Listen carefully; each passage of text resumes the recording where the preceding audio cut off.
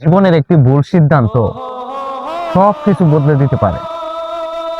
একটা কথা মনে রাখবেন, জীবনে করা সব ভুল চোখে দেখা যায় না। কিছু ভুলের মূল্য মানুষ অনেক বছর ধরে দেয়। আজ যে গল্পটা বলবো, হয়তো কোনো না কোনো অংশ আপনার জীবনের সাথেও মিলে যেতে পারে। একটি গ্রামে একটি ছেলে ছিল, খুব মেধাবী না হলেও পরিশ্রমী ছিল। তার বাবা মায়ের একটাই স্বপ্ন ছিল, ছেলেটা মানুষ হবে। কিন্তু একদিন সে ভাবলো, এখন একটু আনন্দ করি, পরে সব ঠিক করে নেব।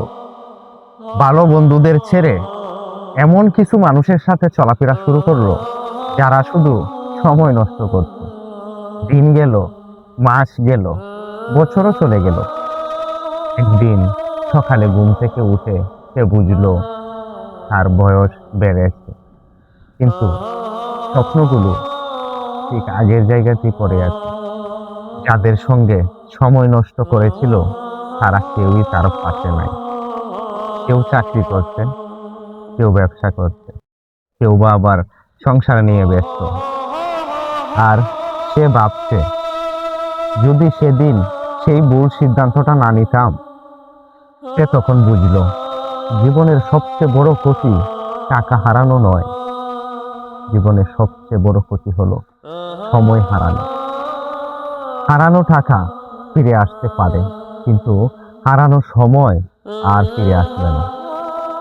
তারপর সে নতুন করে শুরু করার সিদ্ধান্ত নিল।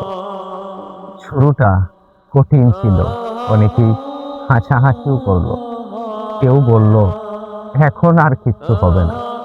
কিন্তু সে থামলো না। প্রতিদিন একটু একটু করে পরিশ্রম করা শুরু করলো। ধীরে ধীরে তার জীবন বদলাতে শুরু করলো। আজ সে সফল কিনা সেটাই আসল কথা নয়। আসল কথা হলো, নিজের ভুলকে সে আর দোষ দেয় না, কারণ সে বুঝেছে অতীত বদলানো যায় না, কিন্তু আজকের সিদ্ধান্ত ভবিষ্যৎ বদলে দিতে পারে।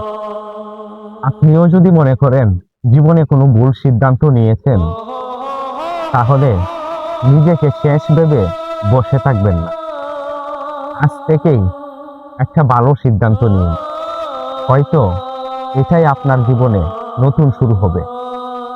মনে রাখবেন, ভুল করা মানুষের স্বভাব, কিন্তু সেই ভুল থেকে শিক্ষা নিয়ে এগিয়ে যাওয়া একজন শক্ত মানুষকে আলাদা করে।